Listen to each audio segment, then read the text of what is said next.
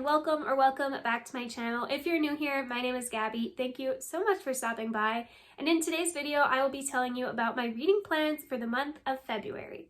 Before I get into the books that I'll be reading for February, I want to mention a readathon that is being held at the beginning of the month that I will also be participating in, and that is the X's and O's readathon. It is a Valentine's Day themed readathon from February 3rd until February 8th, and it is hosted by some amazing ladies, which is Jess from Reading with Jess, Gwen from Lavender Mud, Lena from Lena's Bookshelf, Lauren from Lauren Love Reads, and Summer from Seasoned Readings. I will have all of the information for this readathon linked below, but I wanted to give them a shout out, and again, I am participating in that readathon, so I will tell you what books I'm reading and for what prompts. This readathon is actually split up into two teams, so you can either be on Team X or, you guessed it, Team O. I am going to be going on Team X, and each team has their own reading prompt. So Team X is read a book with forced proximity, read a book with red on the cover, and then read a book with one of the words from their conversation hearts. So I will explain that when we get there. But the first prompt, read a book with forced proximity, I actually decided to go with The Hating Game by Sally Thorne. Now, this one is actually a Netflix adaptation. I haven't seen it. This one is about two co-workers who kind of literally hate each other, and they end up playing a bunch of different games. Staring game, the mirror game, the HR game. Lucy can't let Josh beat her at anything, especially when a huge promotion comes up for grabs. So they're kind of battling for the same promotion. They don't like each other, and it is a romance. So I'm gonna assume that at the end they realize that they might actually not hate each other. They might love each other. This prompt was to read a book with red on the cover. I decided to double up for this one and read X's and O's by Amy Lee. This actually is the buddy read for the readathon, so if you don't do any of the other prompts, you can just pick up the buddy read, which is this one. This is the second book in the series, but I don't believe you have to read them in order because I haven't read the first one. I think just the same characters kind of pop up in them. This one, I don't even know what this one is about, to be honest with you, so I'm just gonna read the back of it. It says, romance book connoisseur Tara Chen has had her heart broken 10 times by 10 different men, all of whom dumped her because of her stage 5 clinger tendencies. Nevertheless, Tara is determined to find the one. The only problem?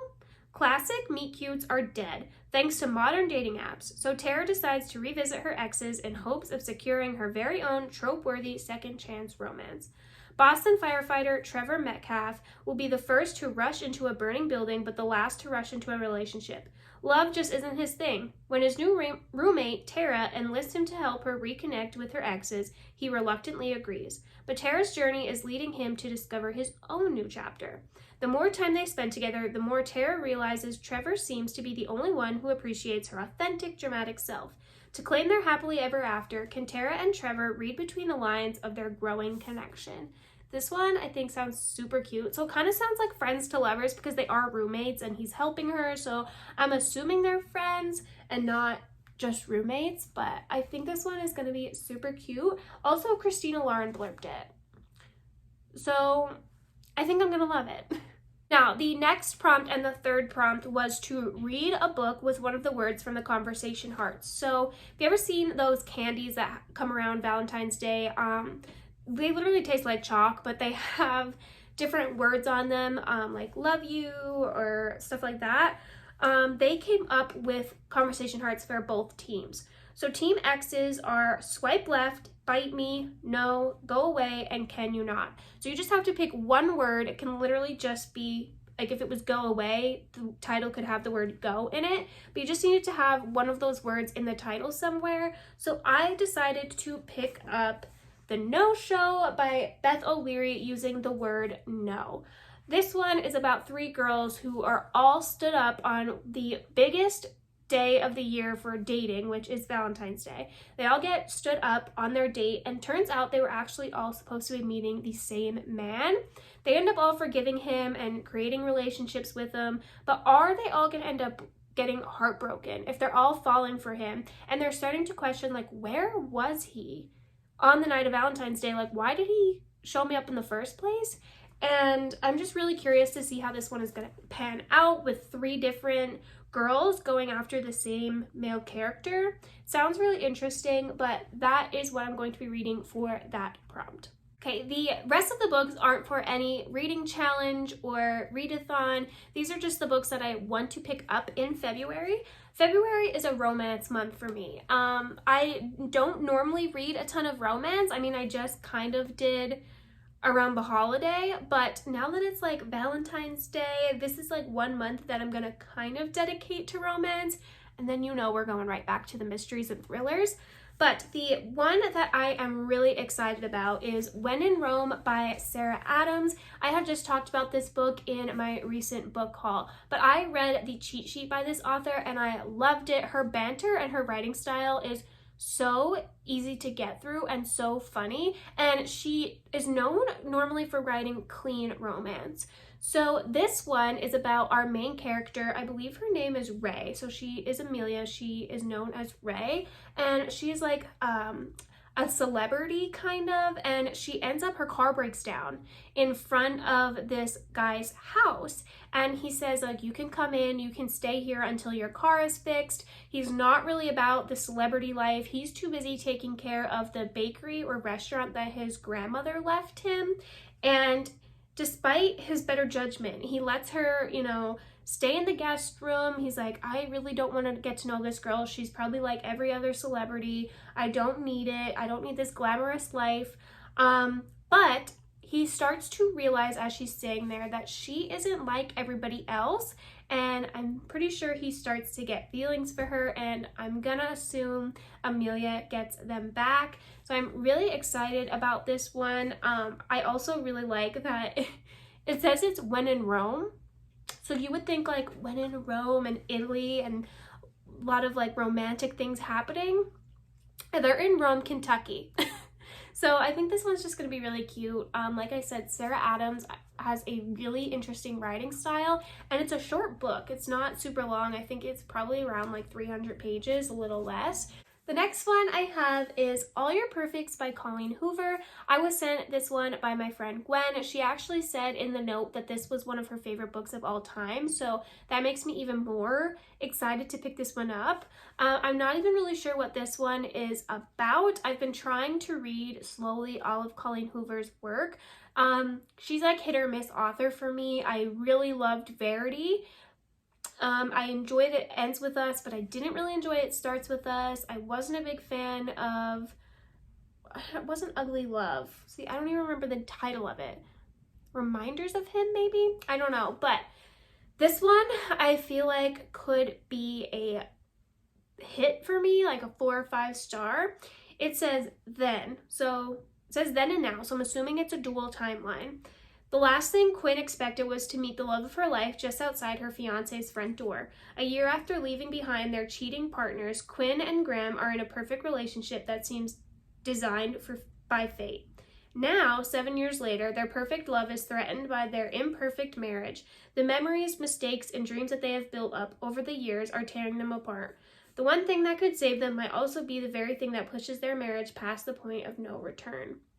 This is a powerful, moving story about a broken couple whose future hinges on promises made in the past, reminding us that the enduring power of love is the ultimate savior.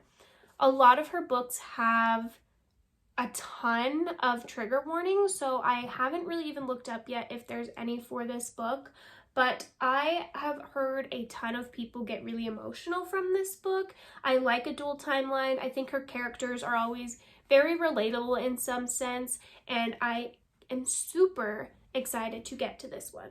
The last romance book I have on my TBR is the Bromance Book Club by Lisa K. Adams. This one is about a hotshot, basically, in Nashville, and he finds out some interesting information about his wife and her reactions to things that happen intimately, and he's kind of embarrassed by it. So he finds help from a secret book club with other guys in Nashville. It's a romance book club, and they're trying to kind of coach him by reading this story. What's it called? Courting the Countess. They're trying to coach him on how to save his relationship. I think this one sounds adorable. I think it's really interesting that there is like a main character of men, especially with like a book club, because you don't hear of that too often. But I think this one is going to be adorable. Like I said, it's a series. A lot of people really enjoyed this series and said that it is so funny, so I am excited to pick this one up. If you watched my recent book haul, you also saw that I picked up a nonfiction book. I really want to get to at least 4 nonfiction books this year. So the first one is Spare by Prince Harry. I don't plan on finishing this one, I don't think, in February. I'm also waiting for the audio for it on my Libby app, but I want to at least start this one. I think if I can slowly over time read nonfiction books and not like sit there and just binge an entire nonfiction book, it'll help me read more of them, because I'm not a really big nonfiction reader, but like I said, I want to get back into them, but I'm not going to be reading like 7 in a month or a year. I'm just going to start off with like 3 or 4. So I'm going to start this one this month. Last month, I also started reading manga. I read Witch Hat Adler Volume 1. So I recently hauled Volume 2, and I definitely want to pick up that this month. And then When Stars Are Scattered. This is a graphic novel. I really want to pick this one up. It is longer, but this one is such a heartwarming and deep story. But I usually fly through graphic novels pretty quickly. So if I have time between books, I'm going to plan on picking this one up. I know I said Romance Book Club was the last romance that I have, but I actually forgot I have one on my Kindle. I also have the audio for it, and that is Regretting You by Colleen Hoover. This one is about Morgan Grant and her 16-year-old daughter Clara would like nothing more than to be nothing alike. Morgan is determined to prevent her daughter from making the same mistake she did. By getting pregnant and married way too young, Morgan put her own dreams on hold. Clara doesn't want to follow in her mother's footsteps. Her predictable mother doesn't have a spontaneous bone in her body. With warring personalities and conflicting goals, Morgan and Clara find it increasingly difficult to coexist. The only person who can bring peace to the household is Chris, Morgan's husband, Clara's father, and the family anchor. But that peace is shattered when Chris is involved in a tragic and questionable accident. The heartbreaking and long-lasting consequences will reach far beyond just Morgan and Clara. While struggling to rebuild everything that crashed around them, Morgan finds comfort in the last person she expects to, and Clara turns to the one boy she's forbidden to see. With each passing day, new secrets, resentment, and misunderstandings make mother and daughter fall further apart, so far apart it might be impossible for them to ever fall back together. Last book that I hope I can get to in February is actually a cozy mystery, and that is 6 Feet Deep Dish by Mindy Quigley. This is the first in a new series, and I'm assuming it's going to be like a pizza shop mystery. This one is about our main character, Delilah. She opens her very own pizzeria in Geneva Bay, Wisconsin. While she's there, her fiance actually dumps her and leaves her with very large memento for their relationship, Butterball. So she's left with the chubby cat. Delilah's trouble deepens when she discovers a dead body and finds her elderly aunt holding the murder weapon. Handsome local police detective Calvin, great-grandson of the legendary gangster, opens an investigation threatening to sink Delilah's pie-in-the-sky ambitions before they can even get off ground. To save her aunt and get her pizza place generating some dough, Delilah must deliver the real killer. I have never read a cozy mystery set around like a pizza shop, so I'm really interested to see how this one pans out. Like I said, this is a newer one and it's the first in the series, but I'm excited to get back into a cozy mystery because I have been putting them off and I have so many to read. So maybe look out for a cozy mystery vlog. Really cleaning himself. But that is the last book that I plan on picking up in February. None of my TBRs ever usually go as planned. Actually, January's did. I finished every book that I said I was going to read and then some, but these are all based off of the books that I looked on my shelf and that I'm kind of in the mood to read, but it could change in February. I also might run out of time to read some things, so might be setting myself up for failure with all of those titles. Those are the books that I'm most excited to pick up. I cannot wait to pick up a nonfiction again. I've been really itching to get to another cozy mystery and a graphic novel, so If you got to this point in the video, leave a pink heart down below. Let me know what your most anticipated read of February is, and thanks again for watching this video. Make sure to give a like and subscribe to my channel if you want to see more from me. But until next time, bye friends!